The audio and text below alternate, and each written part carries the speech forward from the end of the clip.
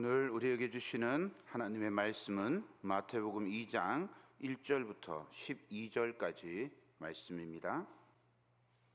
헤롯 왕 때에 예수께서 유대 베들레헴에서 나심에 동방으로부터 박사들이 예루살렘에 이르러 말하되 유대인의 왕으로 나신 이가 어디 계시냐? 우리가 동방에서 그의 별을 보고 그에게 경배하러 왔노라 하니 헤롯 왕과 온 예루살렘이 듣고 소동한지라.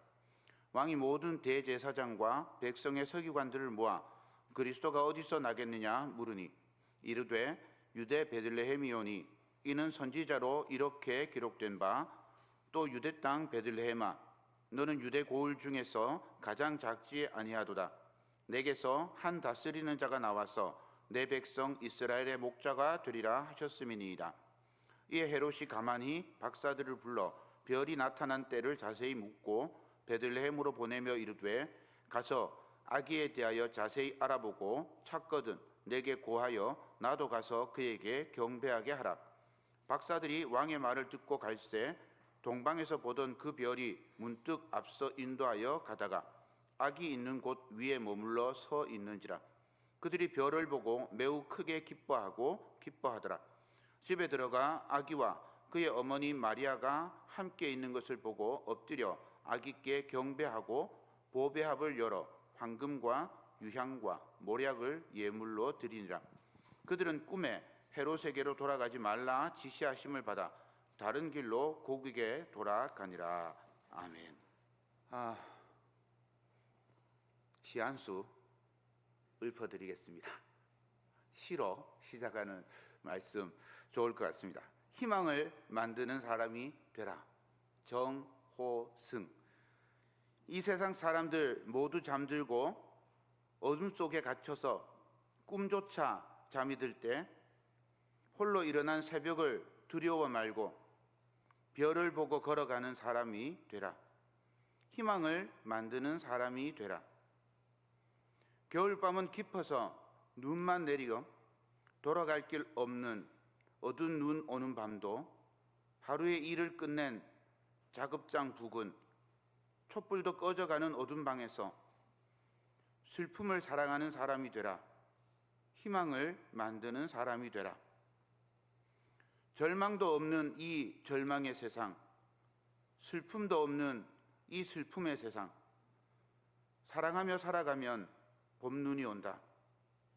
눈 맞으며 기다리던 기다림 만나, 눈 맞으며 그리웠던 그리움 만나, 얼씨구나 부둥켜 안고 웃어보아라. 절씨구나 뺨 부비며 울어보아라.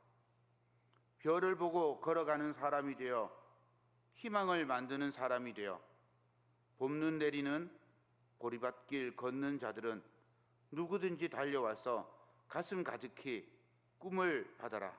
꿈을 받아라.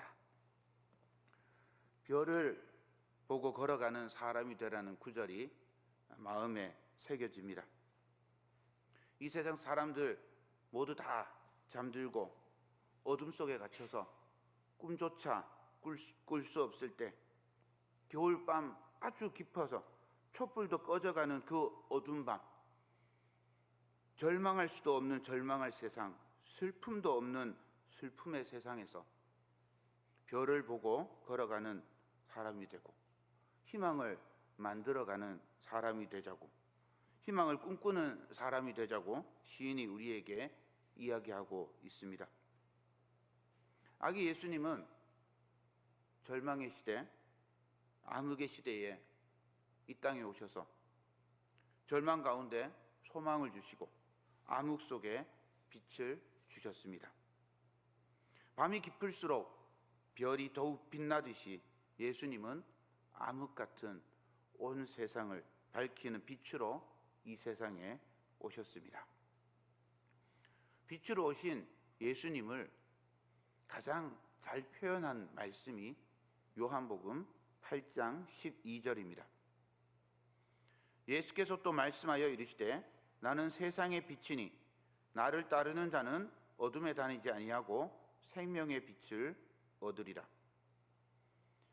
어둠을 몰아내는 생명의 빛으로 예수님을 믿고 예수님의 안에 거하는 사람이 별을 보고 걸어가는 사람인 것 같습니다. 마태복음 2장 1절에서 예수님의 탄생을 이렇게 소개합니다. 헤롯 왕 때에 예수께서 유대 베들레헴에서 나심에 동방으로부터 박사들이 예루살렘에 이르러 말하되. 헤롯 왕 때 유대 베들레헴에 예수님께서 탄생하셨습니다. 헤롯 왕은 욕망의 화신, 욕망에 미친 사람 같습니다. 헤롯 왕은 이두메, 에돔 사람입니다. 이방인이죠.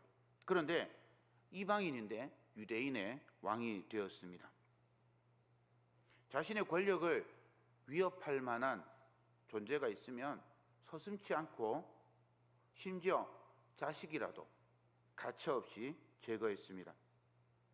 자신을 드러내고 자랑하는 데는 열정을 다했습니다.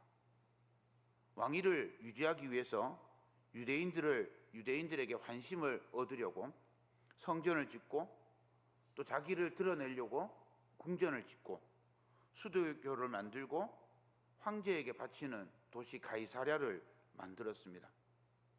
헤롯의 여름 궁전이라는 헤로디움이라고 불리는 아주 화려한 궁전도 지었습니다.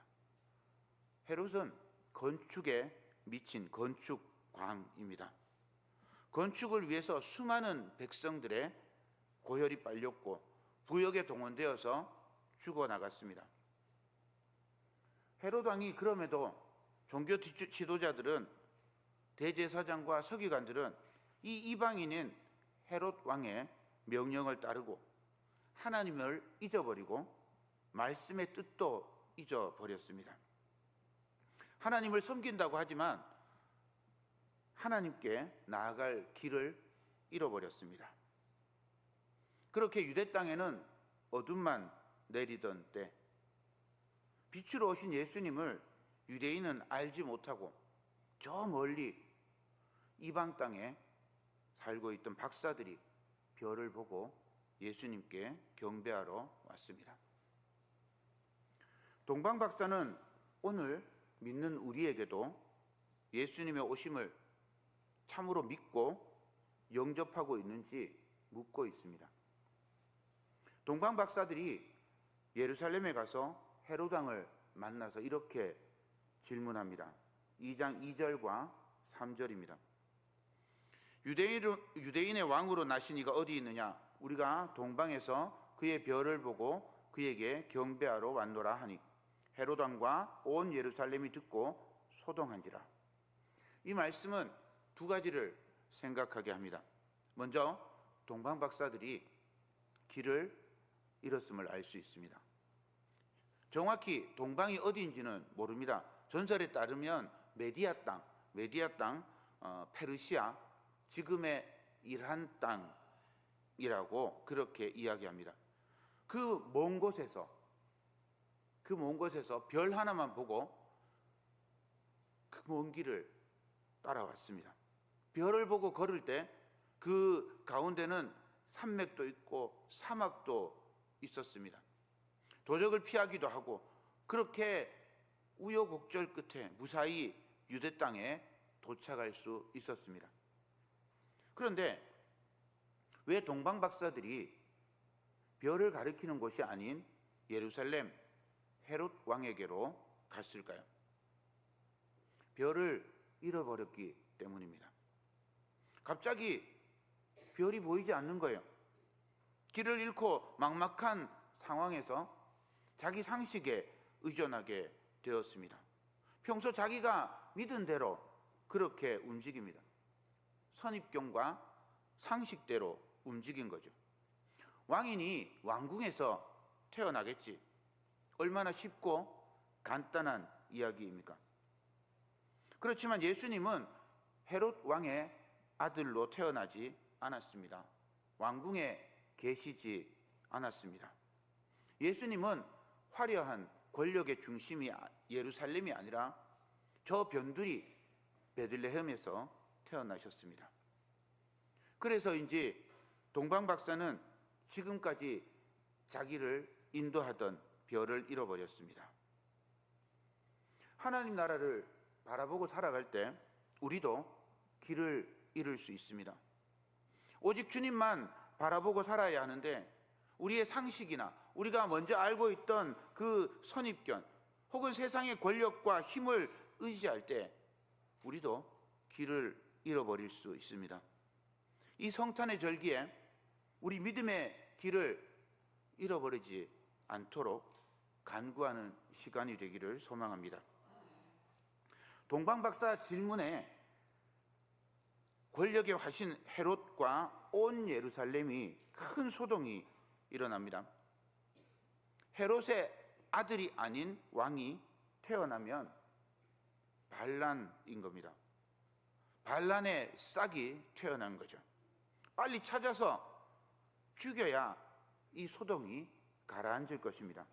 그래서 헤롯이 급히 종교 지도자들을 불러 모아서 묻습니다. 4절과 5절입니다.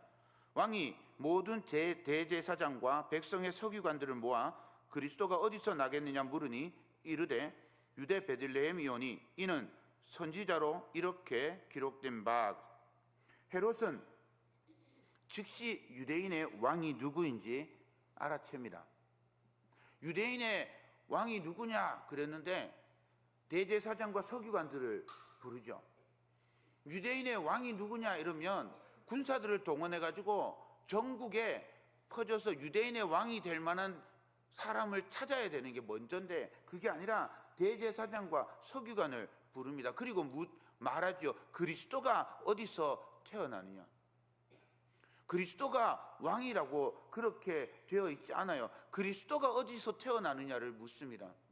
그리스도가 왕이 될 걸 이미 알고 있는 거죠. 그리고 대제사장과 서기관들도 곧바로 대답합니다. 유대 베들레헴, 거기서 그리스도가 태어날 겁니다. 헤롯이나 종교 지도자나 모두 예언의 말씀을 알고 있었습니다. 그런데 믿지를 않았습니다. 자기 욕망에 사로잡혀서 알고 있지만 믿지 않은 거죠. 오늘 우리에게도 같은 상황이 펼쳐집니다. 아는 것과 믿는 것이 다르고 믿음대로 행동하지 못하는 것은 아닌지 우리 자신을 돌아보는 대림절 기간이 되기를 소망합니다. 왕의 말씀을 듣고 동방 박사들이 예루살렘을 빠져나오니 별이 다시 나타났습니다. 9절입니다. 박사들이 왕의 말을 듣고 갈새 동방에서 보던 그 별이 문득 앞서 인도하여 가다가 악이 있는 곳 위에 머물러 서 있는지라. 이 말씀을 읽으면 왜 동방 박사들이 예루살렘에 들어갔는지 이유를 알 수가 없어요.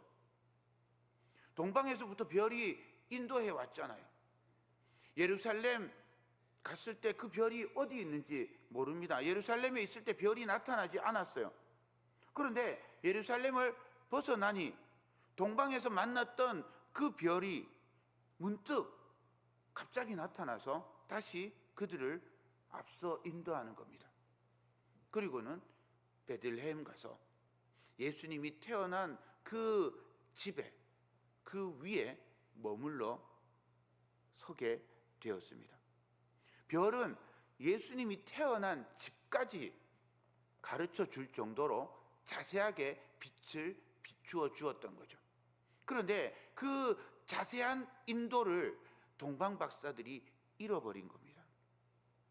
그리고는 예루살렘으로 들어가서 비극을 만들어내게 되었습니다.